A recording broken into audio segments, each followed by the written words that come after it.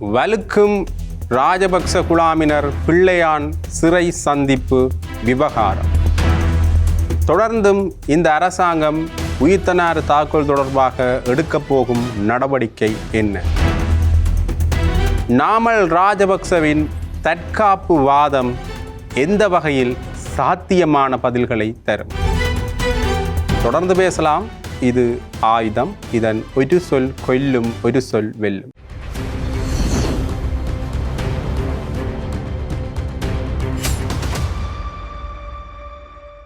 ஸ்ரீ காளிமாதா ஜோதிடம். உலக புகழ்பெற்ற ஜோதிடர் பண்டித் மகாராஜா. காதல், கல்யாணம், உத்தியோகம், வியாபாரம், கல்வி, குழந்தை பாக்கியம் மற்றும் மந்திர சூனிய பிரச்சனைகளுக்கு நிரந்தர தீர்வு. தொடர்ந்துமே இந்த பிள்ளையான் ராஜபக்ச குழாமினர் சந்திப்பு என்கின்ற விவகாரம் சட்டமா அதிபர் திணைக்களத்தில் பிரதி சொலிசிஸ்டர் திலீப பீரிஸ் அவர்கள் கூறிய விடயம். அதாவது அசாத் மௌலானாவிடம் பெறப்பட்ட வாக்குமூலங்களின் அடிப்படையில் பிள்ளையான் சிறையில் இருக்கின்ற பொழுது, முன்னைய காலகட்டங்களில் பிள்ளையான் சிறையில் இருக்கின்ற பொழுது ராஜபக்ச குழாமினர் பிள்ளையான சந்தித்ததாகவும், பசில் ராஜபக்ச, கோட்டபாய ராஜபக்ச, மஹிந்த ராஜபக்ச, நாமல் ராஜபக்ச போன்றவர்கள் பிள்ளையான சந்தித்ததாகவும், கோட்டபாய ராஜபக்ச அவர்கள் ஆட்சிக்கு வந்த பிறகு, அதாவது ஒரு ஆட்சி மாற்றம் வந்த பிறகு பிள்ளையான பிணையில் விடுவிப்பதற்கான நடவடிக்கைகள் மேற்கொள்ளப்படும் என்று பேசியதான தகவல்கள் தொடர்ந்து வெளிவந்திருக்கின்றன.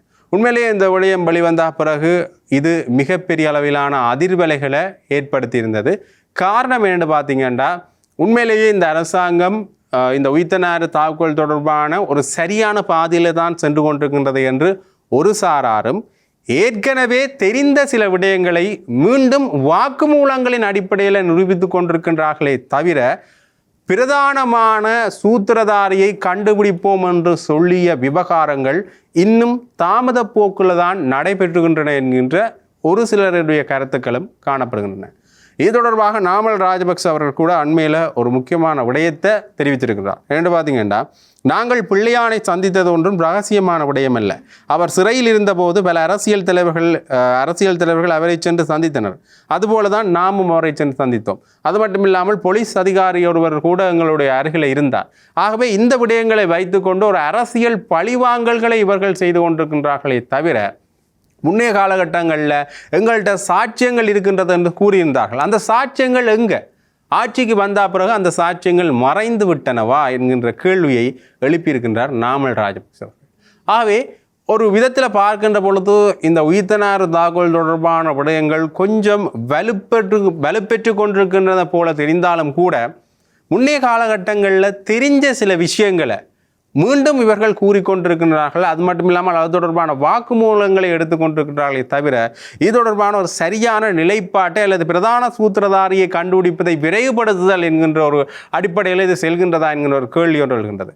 கத்தோலிக்க திருச்சபையை திருப்திப்படுத்துவதற்காகவும், இந்த உயிர்த்தனார் தாக்குதல் சம்பவத்தில் பாதிக்கப்பட்ட மக்களை திருப்திப்படுத்துவதற்காகவும், அது மட்டும் இல்லாமல் இந்த அரசாங்கத்தின் மேலே சுமத்தப்பட்ட மிக பெரிய அளவிலான விமர்சனங்களை, ஏற்கனவே தெரியும் இந்த ஆஸ்திரேலியாவினுடைய இந்த டொலர் விவகாரம், ஆஸ்திரேலியாவுக்கு அனுப்பப்பட்ட டொலர் விவகாரம் மாயமான விடயங்கள், அமெரிக்காவுக்கு அனுப்பப்பட்ட டொலர் விவகாரங்கள் மாயமான விவரங்கள், நிலக்கரி ஊழல், கொள்கலன் பற்றின விவரங்கள் தொடர்ந்துமே இந்த அரசாங்கத்தை இறுக்கி கொண்டிருக்கின்றது. ஆகவே இந்த பொருளாதார நெருக்கடி ஒரு பிடியை பிடிக்கின்றது என்று ஏற்கனவே ஜனாதிபதி அனுரகுமார் திசாநாயக்க அவர்கள் சொல்லியிருந்தார். உண்மையிலேயே இந்த டொலரினுடைய பெறுமதி அதிகரித்து கொண்டு செல்கின்றது. ரூபாவினுடைய பெறுமதி மிகப்பெரிய அளவிலான வீழ்ச்சியை ஏற்படுத்தி கொண்டு செல்கின்றது.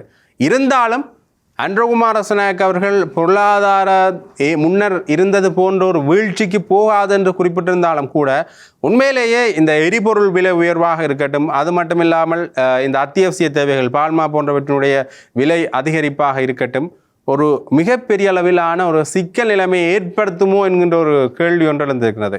ஏனென்றால் தொடர்ந்து முன்னைய அரசாங்கத்தின் செயல்பாடுகள் போன்ற ஒரு செயல்பாடுகள் மீண்டும் வந்துவிடுமோ, ஒரு விலை அதிகரிப்பு என்பது மீண்டும் பொருளாதார வீழ்ச்சி என்கின்ற ஒரு நிலைமைக்கு தள்ளிவிடுமோ என்கின்ற ஒரு பதற்றமும் ஒரு கவலை நிலையும் மக்களுக்கு தொடர்ந்து இருந்த வண்ணமே இருக்கின்றது.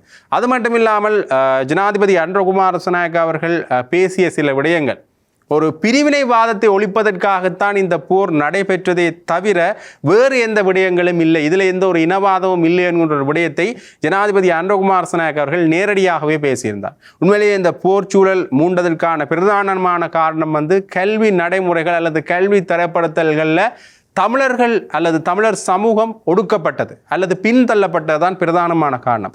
அது மட்டுமில்லாமல் நிறைய காரணங்கள் இந்த போர்ச்சூழல் மூண்டதற்கான காரணங்களாக இருக்கின்றது. தமிழர்களுடைய அரசியல் தீர்வுகள், அந்த தீர்வுகள் இப்போ கிடைச்சுதான்னு கேட்டிங்கன்னா இல்லை.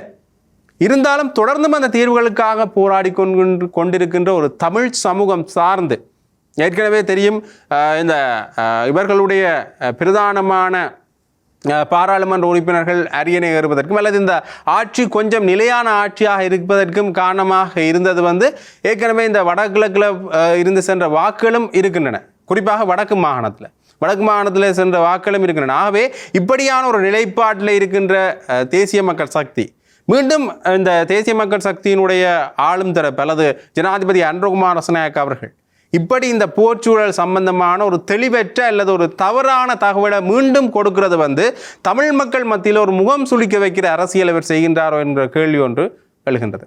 ஆகவே இப்படியான பல விமர்சனங்கள் எழுந்திருக்கிறதால அதை சமாளிக்கிறதுக்கான ஒரு உயிர்த்தனர் தாக்குதல் சம்பந்தமான ஒரு திடுக்கிடும் திருப்பம் அல்லது திடீர் திருப்பம் என்கின்ற சில வார்த்தைகளை பயன்படுத்தி ஊடகங்கள் வாயிலாக ஒரு விளம்பரப்படுத்திக் கொள்கின்ற அரசியலை செய்கின்றார்களோ என்கின்ற இன்னொரு கேள்வி ஒன்று தொடர்ந்து எழுந்து கொண்டே இருக்கின்றது. ஆகவே இந்த விடயத்தில் இவர்களுக்கு தொடர்பில்லையான்னு கேட்டிங்கன்னா இல்லை, ராஜபக்ச பிள்ளையானுக்கு ஏற்கனவே தொடர்புகள் இருக்கின்றது என்று எல்லாருமே தொடர்ந்து பேசிக்கொண்டிருக்கின்ற விடயம்தான். பிள்ளையான் ஏற்கனவே நாடாளுமன்ற உறுப்பினர் ஜோசப் பரராசிங்கம் படுகொலை வழக்கில் நீண்ட காலமாக மட்டக்களப்பு சிறையில் வைக்கப்பட்டிருந்தார் என்பதும், பின்னர் 2020 பொதுத் தேர்தலில் வெற்றி பெற்று கோட்டபாய ராஜபக்ச ஆட்சிக்கு வந்த பிறகு பிணையில் விடுவிக்கப்பட்டு ராஜாங்க அமைச்சராக மாற்றப்பட்டார் என்றதும் எல்லாருக்குமே தெரிஞ்ச விஷயம்தான்.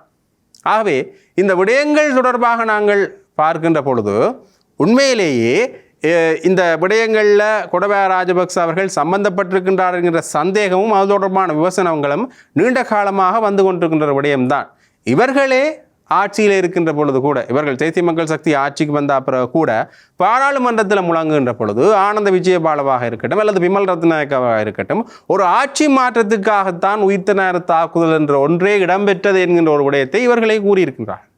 ஆகவே இந்த விடயங்களை வைத்து பார்க்கின்ற பொழுது ஏற்கனவே தெரிந்த ஒரு விடயத்தை ஏன் இப்படியான ஒரு பூதாகரமான விடயமாக அல்லது இது ஒரு விளம்பரப்படுத்துகின்ற ஒரு உத்தியாக அவர் பயன்படுத்துகின்றார் என்ற இன்னொரு கேள்வி ஒன்று தொடர்ந்து எழுந்து கொண்டிருக்கின்றது. ஆகவே இப்படி அந்த உயிர்த்த தாக்குதல் சம்பந்தமான விடயங்கள் வெளிவருகின்ற பொழுது உண்மையிலேயே இந்த வாக்கு மூலமாக இது இருந்தால் உண்மையிலேயே ஒரு சாட்சியமாக ஏற்றுக்கொள்ளப்பட வேண்டிய ஒரு விடயமாகத்தான் இருக்கின்றது.